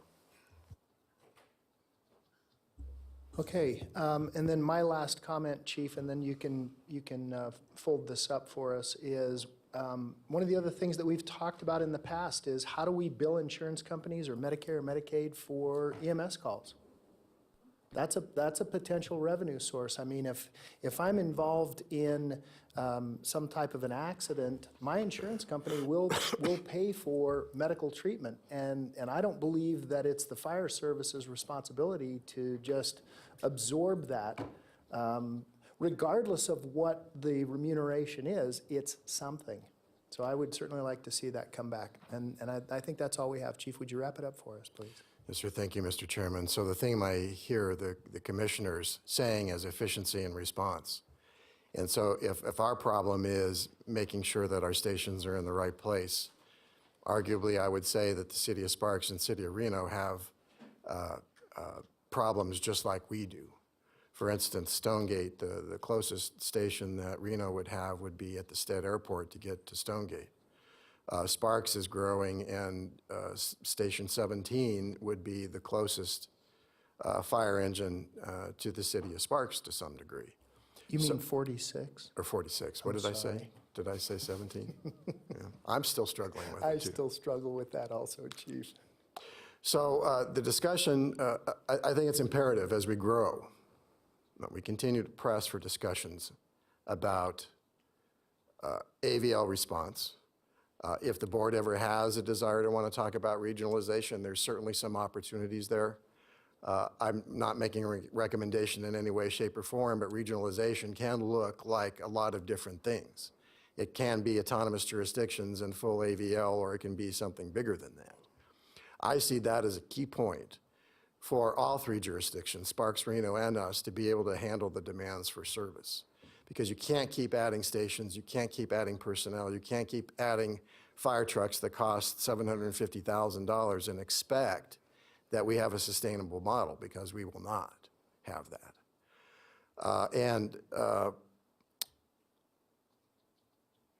I think, again, as Mr. Satterfield mentioned at the podium, I believe it all starts with a dispatch system that begins to deploy assets based on their proximity to the patient. And when we can solve that, I believe that there can be conversations that would move forward if the board directs me to do that, to have discussions about how we can all cooperate with one another in whatever form that looks like. Finally, I would just say that with respect to our costs, and this is absolutely, please do not take this as a criticism, Mr. Satterfield or commissioners, but the union does have statutory right to bargain for money that's in our fund balance, and that's just the way the law is written. And I've said to Mr. Satterfield and to the employees that the district needs three things. We need a workforce that's paid competitively and well-trained. We have to have them, or else we'll lose them. We have to be able to afford capital, and we have to be able to afford stations, rolling stock and stations in that capital. You have to find balance in that, and that's not easy. But the way I think we can moderate growth, again, is through AVL response and having closer relationships with our regional partners. That's how I would recommend we move forward. And with the deployment plan, I think that gives us a basis to be able to go talk to Reno and talk to Sparks to say, hey, if it's possible for you to cover this area, we can cover that area, and perhaps it leads into bigger discussions. Thank you, Mr. Chairman. Thank you, Chief. Commissioner Burke-Bigler, I have you signed in again. Thank you, Mr. Chair. Chief, I know from some conversations that we've recently had with the sheriff that he's moving what he believes very closely towards fixing the dispatch problem, or at least resolving some parts of the dispatch problem. Are you working directly with him on that? We are having conversations with him, yes. Good. In a deep Good, way. because I think it's extremely important. That, I totally agree, that is our number one issue. If we can't resolve the dispatch problem and make sure that the right person is getting, the right team, the right crew, whoever, are getting there in time and getting there in the fastest manner possible, we really are not serving our constituents. And so that is, I think that dispatch issue is easily the most important thing that we have going. At the same time, I think Commissioner Herman has some valid points about the need for more strategically placed stations in the North Valleys. And so I think we have to really think about that also. But that dispatch issue is key. So thank you for working on that. Commissioner Jung, I have you signed in again. Just another thought on revenues and potential new revenues and how to hold down our expenses. Have we had a conversation with REMSA where their best efforts area are now versus their priority one based on growth? And the other question I have, and this is not, I hope this is not seen as ageist, this is evidence-based. Are we also looking at the age of our constituents in these outlying areas? Because in my experience, and when we had in the past fire experts come to us, they mentioned like Arrow Creek, for example. The average age there is not 25, right? They couldn't afford, normal 25-year-old couldn't afford to live there. And the argument going towards that is they're more likely to have these emergency medical issues. Remember when Mr.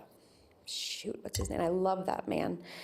He came, remember his wife had a heart attack, and if it wasn't for TM, I think it might not have been your time, might have been with Chief Green. No HIPAA violations. No, he said it himself, so I'm not HIPAA violating anything. He said it on the public comment. Thank you. Are we looking at that, like the proper deployment of our experts to properly serve people? And I'm not saying ignore the 25-year-olds. Of course they can have heart attacks, right? But statistically speaking, it's more unlikely that they would than, say, a retired 65-plus-year-old living in Arrow Creek, Mount Rose Highway, Palomino Valley, you know, all those areas where it seems that the age conglomeration is different than, let's say, downtown Reno. So can we look at that too when you're thinking about where to place stations and proper response to the people that are paying this tax, which is not in downtown Reno. Everybody has a special line on their property tax that lives in TM. They are paying directly for what they want. Let's make sure we're giving them exactly what they need.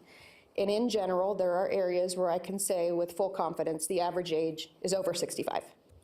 So can we kind of, is there a best practice in fire service based on demographics? I would think there would. That's basic data. May I respond, Mr. Chairman? Please, Chief. That's an insightful question, Commissioner Jung, and I regularly have meetings with Dean Dow of REMSA.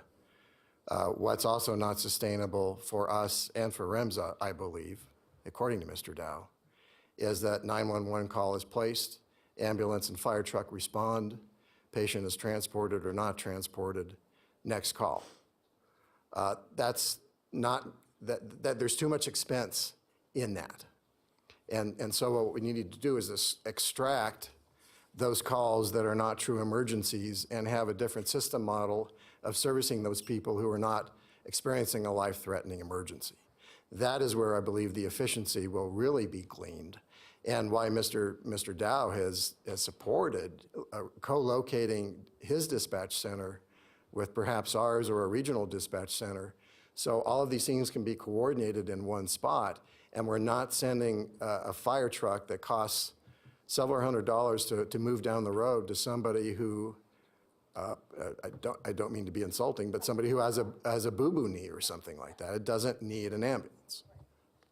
I just remembered the name of the gentleman that I just love and adore. I don't know where he is now, Mr. Bob Ackerman. I know he moved into the city of Reno in his retirement because Galena Forest was too much to take care of, but his wife is an example of you guys being there quickly, or she would have died. And remember, he was weeping up here telling us about it. So again, we should be deploying our resources based on the need of the general demographics of the area, rather than being all things to all people, like you said. If you cut your thumb off, is it an emergency? I don't know. I'd probably drive myself to the ER. But if you're having a full-blown heart attack at 75, 65, whatever, they should be quickly right there to, I mean, that's what they pay for, I would think. If I was paying that tax, I live in the city, so I don't pay a dedicated tax to fire an emergency, but they do. So I think what Commissioner Burkbigler was saying, we need to provide the services that these people are expecting and paying for. Thank you. Okay, so we need to move on. Madam Clerk, is there anyone signed in wishing to speak on this item under public comment? No, sir. Chief, what is it that you'd like for us? It says for possible action. Do you have enough direction, or do you need us to give you, just accept the presentation? Are you good with that, or do you need more, Chief? I'm good with that, Mr. Chairman. Okay. Mr. Chair, I'll make a motion to accept the presentation as presented today. Okay. I have a motion by Commissioner Lucy, second by Commissioner Herman. Any discussion? Seeing none, all those in favor? Aye. Any opposed? Motion carries unanimously without Commissioner Jung being on the dais. Chief, and I want to apologize to everyone. I took an unscheduled recess, and so we need to move quickly through. I know we have still item 12, and I'm going to lose Commissioner Lucy before too long. So, Chief, item number 12. Item 12 is discussion on possible direction to staff regarding whether to continue to use closed sessions for the board to review and discuss with its management representatives labor negotiations and proposals made by the district and its two labor unions as allowed by law, or to conduct some or all of such discussions in open session. I'll defer to Mr. Watts-Vial. Mr. Watts-Vial. Good morning. For the record, David Watts-Vial with the Washoe County District Attorney's Office and one of the members of your bargaining team. This item, as it is titled, is brought to you to make a decision on how you would like to conduct closed sessions or the information that's presented in closed sessions and whether you'd like to do those in public.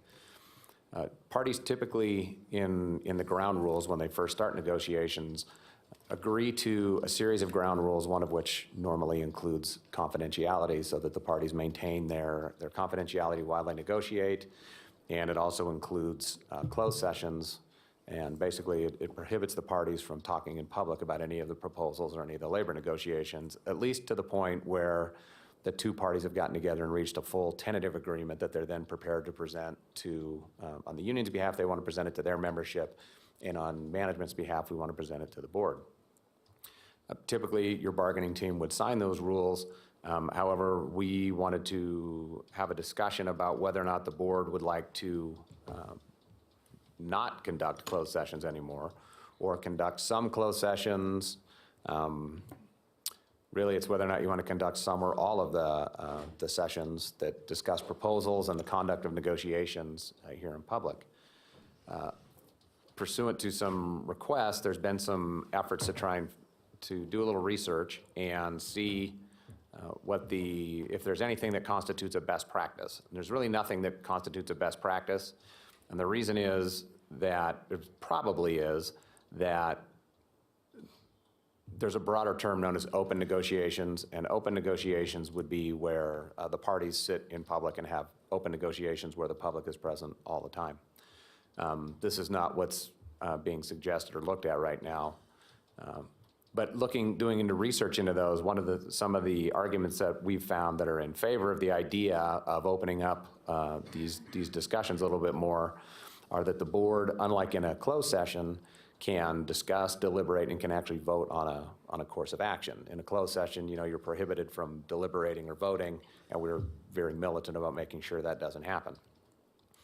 If you're in an open session, then the public, including the union's own members, will have the ability to attend the meetings. They're going to be allowed to provide input to the board directly during the public comment period. They will, in addition, they'll be able to send correspondence by email or put in phone calls or do whatever it is they want to do, and they'll be able to do those things. The union members and the public will be able to see what the union's bargaining team is fighting for. And conversely, the union's members, all the members of the public will also see what the district's bargaining team is fighting for and why. The public will have a better understanding of where the parties started in bargaining versus where they end up later on. At least there's some suggestion that when you conduct negotiations in public, it has the ability to weed out extreme positions. So it stops parties from saying, you know, we want the world, and then the other side saying, you shall get nothing. Somewhere in between there is a better middle ground. There are a lot of different states that have moved to full open negotiations, and those include Idaho, Tennessee, Colorado has a limited version of it, Alaska, Florida, Georgia, Iowa, and a few more. So there's also arguments against the idea of discussing proposals or opening up the system more to the public. For one thing, as I just said, you know, the county's bargaining strategy and the county's positions are not going to be as confidential as they were before when we were having closed sessions. Parties in other states have complained that one side or the other tends to grandstand or they pander.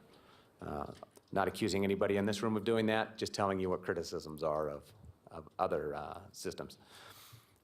Public discussions a lot of times can lead to hardening of positions rather than compromise. People will take a position in public and it makes it more difficult for them to save face and back off and maybe compromise a little bit more. Listed as a pro, I would also list as something of a potential that other people have listed as a potential negative, which is, again, the public and the union's members can attend the meeting and provide input to the board directly. So, you know, today we have a sort of a limited-sized audience. In the future, your audiences are liable to be quite a bit larger. Whether that's good or bad, that's something for you guys to decide. You're also going to have the idea that you have input from people who aren't really familiar with the history behind the contract. They don't know potentially why the union is making a request or the district is making a request. And then finally, the last criticism that I read was that the public doesn't necessarily understand bargaining at all. And both sides are going to be subject to criticism. All I point out, when both sides are subject to criticism, then it kind of falls evenly on everyone.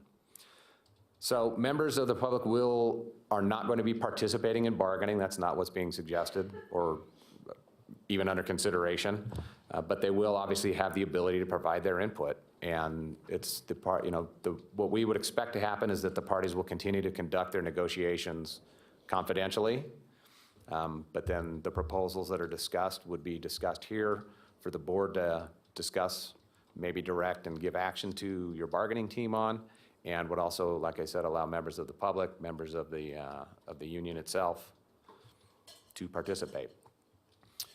I don't want to speak on behalf of the union. The last position that was taken was that if the confidentiality clause was removed, the union would prefer to not use ground rules at all, which is acceptable. There's not a requirement under the mandatory subject of bargaining that you have to use ground rules. Ground rules do help. They do help the bargaining teams, and it does help guide and narrow issues as you go.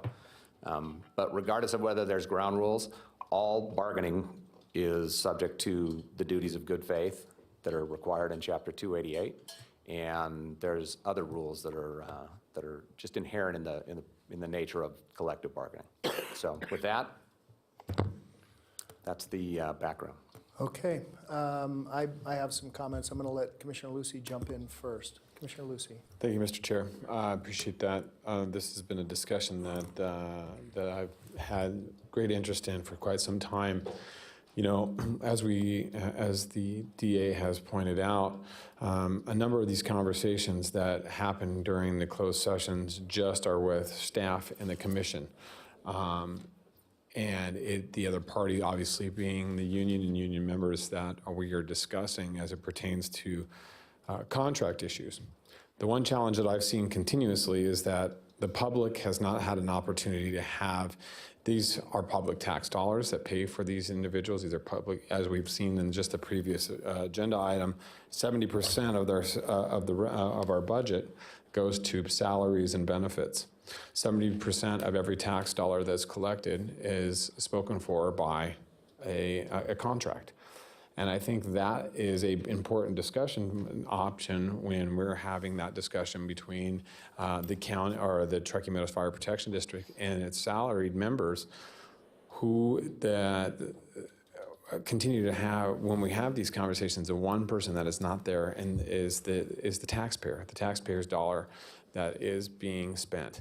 And I think it's important for those individuals to be present, to be able to share their experiences, whether it's, and as it pertains to fire service, we've had robust discussions today in regards to the need and necessity from a couple commissioners or a few commissioners in the sense that we need to have a better, more robust fire service in the North Valleys.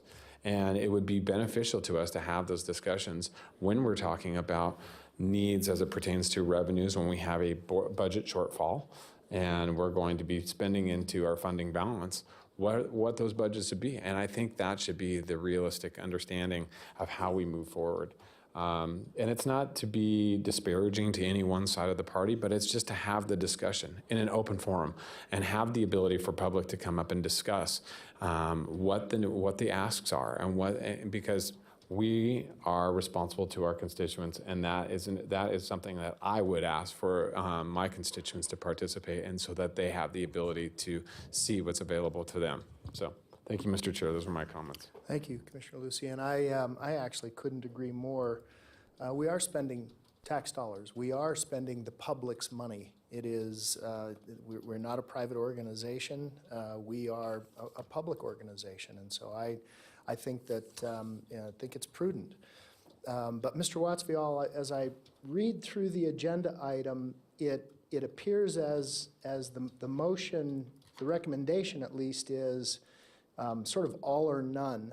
And I guess what I would ask is maybe, and this is at the board's pleasure, of course, but I'm not sure what a modified version would look like where the staff report isn't terribly robust.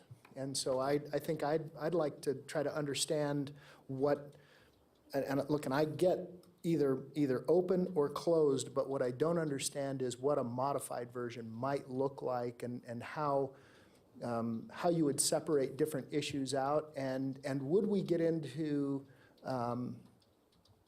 a little bit of negative feedback potentially if we open it up to the public and then we say, okay, we're going to have these discussions in public, but not all the discussions, just some. So I guess I'd like to understand more about what a modified version would look like. So starting with the board item does say to conduct some or all of such discussions in open session. So inherent in the board item is it's not an all or nothing. It's a seeking direction on what this board would like to do. If the board would like to do all of them in public, then that's what we can do. If the board wants to have just some of them, then we can do that as well. But which some? Which, well, I mean, that would ultimately be a decision that you would need to make as the policy-making body. Now, you can give your bargaining team some direction on when you would like to prefer to have something that would be a closed session rather than an open session. But that's really about the most that I have by way of suggestion for the moment. Okay. Any other comments from the board? Commissioner Jung, I have you signed in. Sorry. So negotiations are negotiations are negotiations, I think, is the bottom line for me. People come in low, people come in high. Anybody who sold anything in their life, including Burning Man tickets in 1999, know what negotiations look like, whether I do them in public or I do them behind the scenes. I want to state for the record that I have some concerns. Is this all contracts, not only within this fire district? So, for example, equipment purchases, is that going to be a public hearing? Is off-contract construction also going to be a matter of public hearing? And then more broadly, the Sheriff's Deputies Association, the Sheriff's Supervisory Deputies Association, WCEA. I mean, how does this bleed everywhere? Or is fire just treated differently? And if it is, what are the justifications for it? Could be, I mean, I can make you your I don't support this. I said this in the closed session. I don't support this. I think that this is not a direct democracy. We are your representative democracy. We do what's best for everybody. They don't take a vote on everything we do. You don't as citizens, and trust me, you wouldn't want that. And then to tell me the states that have participated in this, I want to be nothing like Idaho, Tennessee, Colorado, Alaska, Florida and Georgia. So Nevada and Northern Nevada can hitch their wagon to these states. I have zero interest in being anything like those states. I think we do a good job with our negotiations. I don't think you're ever going to see a decrease in salary and benefits because we don't produce anything. We don't make widgets. We don't do printing that we can then offload to a private customer. All we do as a county is service. So, and that goes to WCEA, it goes to management, who we pay a lot of money to as well, but they don't produce anything that I can make money off. One time in my 12 years here did I find something we could make money off of, and that's when Darren Conforti came up with an interactive software to help all labor and management look at how we could change the budget. And this is when our budget, none of you were here, this is when our budget was a travesty in 2007. And we tried to make that a piece of proprietary information, and guess what? Everything that taxpayers pay for, we can't make money off of. You've already paid for it, we can't then go shop it around to different, I wanted to shop it to the state, I wanted to shop it to the city of Reno, that it gave people real time. No, it's like a public university, a land grant institution. It is the public's property. So I don't see where this is going. I don't support it, especially if we're not looking at everything. Every contract this board looks at for the fire specifically, and all contracts. I've asked for a contract review board. We can't even get that. So I will not be supporting this. Thank you. Commissioner Burke-Bigelow, have you signed in next? Thank you, Mr. Chair. Thank you, Mr. Chair. As I understand the way we do this, if we're going to talk about purchasing new equipment, we already have essentially a public hearing on that.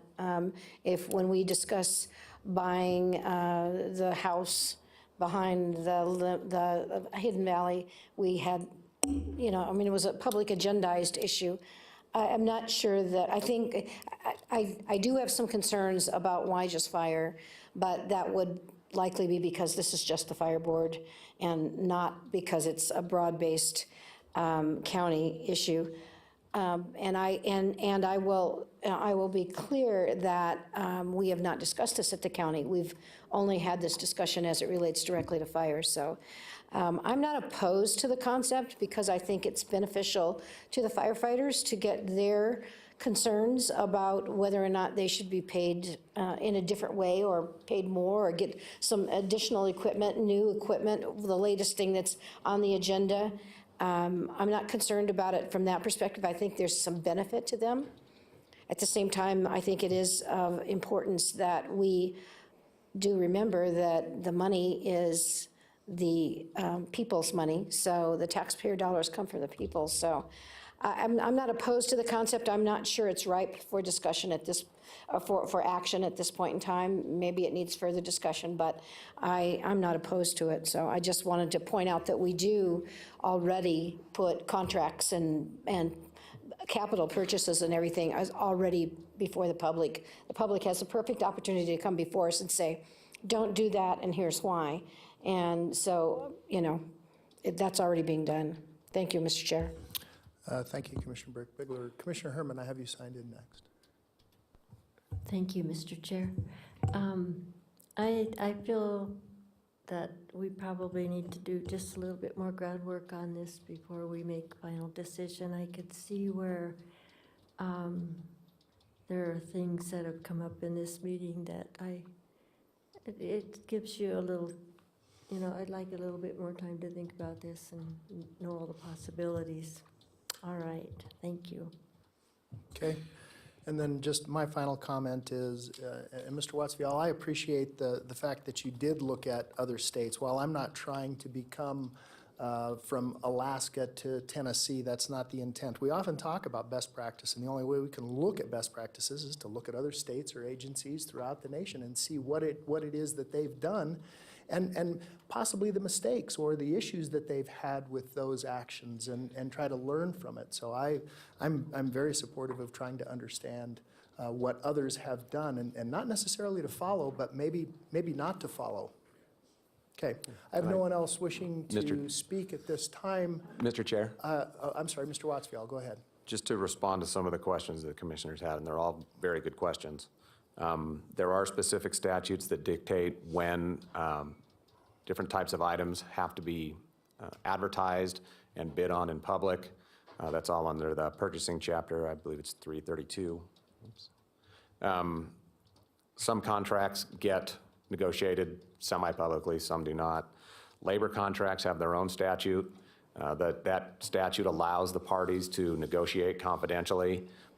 The only mandatory time it becomes public is 3 days before any public body takes a vote, 3 business days, that the contract needs to be posted along with any exhibits. And if there were changes to the contract, the changes to the contract need to be posted as well. So that's the response to the issue with whether or not other things are negotiated in public. Some of the other states, I cut off the list of states because it was just starting to sound monotonous to me. But the other states that have done it include West Coast states like Oregon and Washington. And Oregon has, to my understanding, has a full open bargaining, and Washington State has some level of it. Individual cities in Washington State have been voting on it, including people in Spokane, and that's the one that comes to mind right now.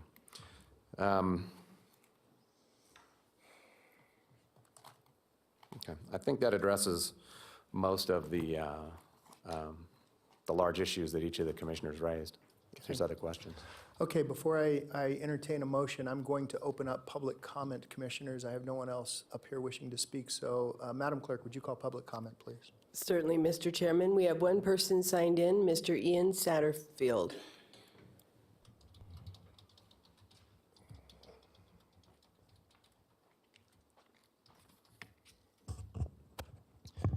Again, good morning. Ian Satterfield, Local 2487, President for the record. Welcome. Just want to speak one quick point to this, and that is the way our current negotiations have occurred, the public does get an opportunity to speak on it. I think the district attorney spoke on it. Our contract, when it's been TA'd, it will be and has to be by state law posted for the public to review. At that point in time, when you guys have the opportunity to vote on it, public at that time has the opportunity to come up here and speak to you in regards to the contract at that time. And in our opinion, that is a good system and one that does allow the public to have an opportunity to speak. Thank you. Okay. Commissioners, Mr. Wattsfield, I have you signed back in. I'm sorry. Yeah, I'm sorry. There was one last thing that I wanted to address. There were some questions about what the county does versus what Truckee Meadows does. The board's meeting today as the Truckee Meadows Board of Fire Commissioners. So they're separate meetings, they're separate direction, and for today, the discussion just concerns Truckee Meadows, not the sheriff's office, sheriff's deputies, or any other county entities. Okay. Commissioner Burke-Bigler, I have you signed in again. Thank you, Mr. Chair. And just one last comment that I forgot to make when I was speaking before, that I think it's important to remember that whenever you have a large group of people negotiating a deal, you have a large problem on your hands. I've sat in on boards where we had 15 to 20 people, and whenever we tried to do something, we always have a lot of issues. So that's a factor that I think needs to be considered as we look at this also. Okay. Vice Chair Lucy, I have you. Thank you, Mr. Chair. You know, I think the discussion is we try to strive to be as transparent as possible here with everybody. And if this is not something that the public wants to participate in, that's fine. You know, and I don't see a plethora of individuals showing up today to chime in saying that they feel that this is a direction that they want or something that they want to be part of. That may not be what anybody wants to be part of. The opportunity is that we have the discussion here at this board in a public process to allow for the ability of transparency if somebody wants to participate in a very large manner that constitutes a large part of our budget. And so that was really the discussion, is having the ability to have people to participate. And to Mr. Satterfield's point, 3 days prior is a time, but the negotiation at that time of those issues have already been brought forward and have already been honed in on. This is allowance of individuals to start from the very get-go, to hear what the asks are versus where, and it really gives the ability to hold your county your county representatives, us accountable for any decision we make in regards to, we don't think that you are giving enough to the firefighters. We don't think you're giving enough to staff. Those are the discussions that allow for it when a public discussion happens. And I think a lot of great things could come out of it. Now, I'm not saying that we need to, what that needs to be exactly. I just think there are some benefits that could come out of it, and there could be some challenges. But it is just a different way of doing things than we've always done, allowing for further transparency here at the county. And that's just one of the things. But at this time, Mr. Chair, if you don't mind, I'll take a stab at a motion. But before you do that, Okay. I have Commissioner Jung signed in, so Okay. Yeah, this question is for the Assistant District Attorney. To what extent does, per Section 288 of our laws in the state of Nevada, does the union have to agree to this? Do we just tell the union this is what you do and then we move on? Or do they have to agree as part of our best good faith and mediation? Do we get to do that? We believe we do, and we believe They don't have to agree to it? We believe the reason for that is when we have ground rules, as you're negotiating a contract and you're trying to negotiate something in or out of the contract, if the parties aren't able to come to an agreement, then we can proceed. There's nothing in NRS 288.220 that says the meetings have to be held confidentially. There's nothing in the regs that say that. And if the board wants to proceed, then we believe they can. If we're presented with some authority to the contrary, then we'll review that. Okay, thank you, Commissioner Jung. I see a member of the public having signed in, wishing to speak. Sadly, we've already closed public comment. Commissioner Lucy, you had wanted to take a stab at a motion. Sir, you have the floor. Mr. Chair, thank you, sir.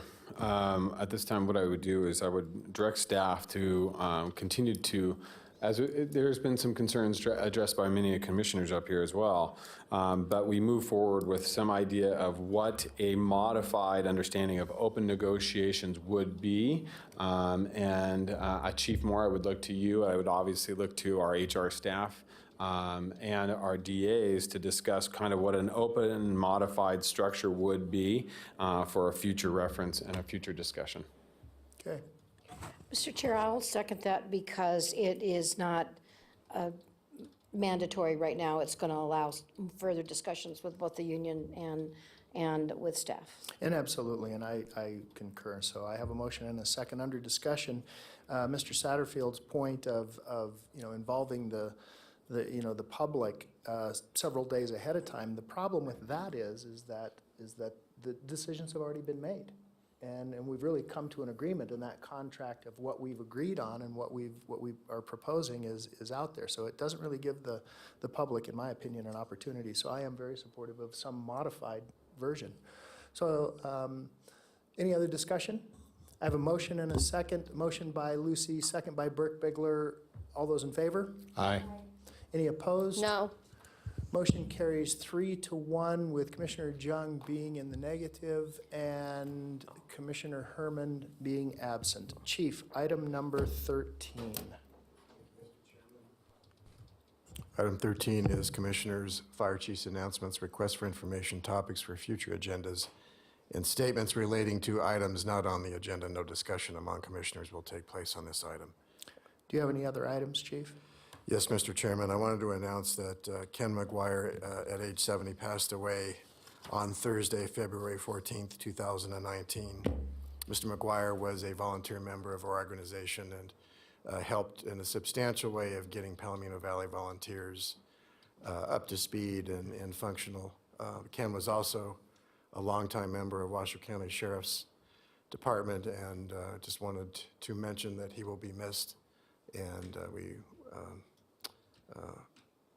are sorrowful for his passing. He did lose his home in the Winnemucca Dry Fire and had a tough go in his last years, but nevertheless, we remember Ken fondly.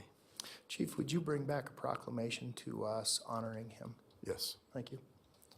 Anything else, Chief? No, sir. Commissioners, Commissioner Burke Bigler. I just want to apologize to the commissioners and staff and everyone else for disrupting the meeting. Oh, for not feeling well, yeah, you should be very sorry. How was our service, My Commissioner? goodness. I'm sorry. I'm not going to accept that apology because there was none necessary. Forgive me. That's just, it was not necessary. Commissioner Lucy, anything? Okay. Madam Clerk, will you call the final public comment? Certainly, Mr. Chair. First up is Miss Elise Weatherly, followed by Miss Tammy Holdstill.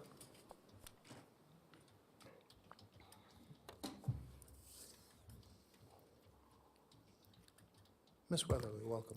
Thank you. Elise Weatherly, Washoe County resident, Sun Valley resident. I want to tell you that I came here, I completely set aside my own business so that I could be here with you guys. I came in frustration and anger because of the way that I felt that the county was being run. When Mr. Hartung hit the nail on the head and said we have budget issues, it changed my outlook. It changed the way that I was going to look at things. Now, we have 2 board members here that I trust completely. We have 2 that I'm unsure of, that we have 1 that I do not trust. So when the representative who walks out during a voting process says that there are representatives and yet I'm not represented fully, I would like to have a participation in what's being said in these meetings because I do have some experience and I've got some brains. But the problem is that we have differences of opinion about what states are right and what aren't. By the way, I texted my friend, my old internal audit manager that lives in Oregon. I said, do you participate in these open meetings? I would like to hear your perspective on this. I emailed one of your guys and said, what do you think about this? What's going on? What I would like to do is I would like to run for the county manager, because you know why? Because I would ask people for their suggestions. The first thing I would do is I would contact Ms. Burke-Bigler and say, I agree with you. This is an act of God with Lemon Valley. We can't take a lake and turn it into a not lake because we don't have the funds for it. I would contact Mrs. Jeter, who has common sense, and I would say, let's go take a look at those sewers that are being built in Lemon Valley. Let's see if they actually are contributing to the stench of the valley. Let's do this together.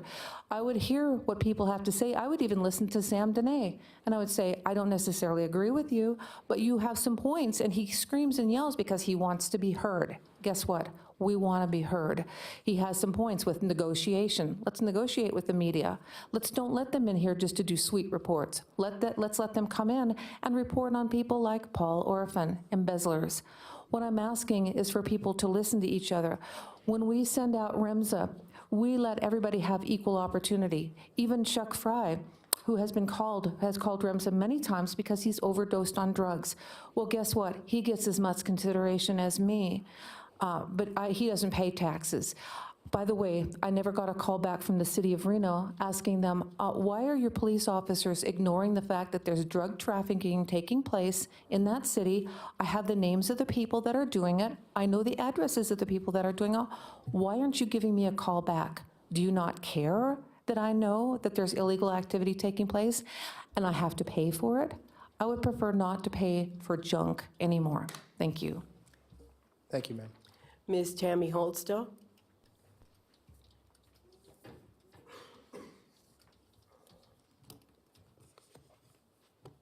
Welcome, Ms. Holdstill. Morning, Tammy Holdstill, actually almost afternoon now. Tammy Holdstill, Lemon Valley Swan Lake Recovery Committee for the record. I know there was a little bit of an inconvenience. It wasn't that long. I hope whatever happened is taken care of. However, do you see the time that's up there? My time is just as precious to me as your time is to you. And as long as this meeting has taken for item number 12, and the fact that you don't have the funds available to you, but yet you want to elevate Lemon Drive, which means that you're going to have to put pumps in. And you're going to have to maintain pumps for the one side of the lake that I live on. So how is that actually almost all the way around the lake? Come to think about it, there's pumps all the way around that lake right now. So how is it that you can afford to put permanent pumps in around a lake to put up a big, huge wall that isn't really going to make a difference? Because right now, Lemon Drive, the HESCO barriers are 4 feet high. And over on Idaho, you elevated it 2 feet besides the 4-foot HESCO barriers. And yet the water's about ready to breach over. It definitely breaches over whenever it's windy. Lemon Drive was closed because, golly, the pumps couldn't work because the electricity got shorted out from the waves. So there is a lot of money being wasted because you're not addressing the idea of fixing it.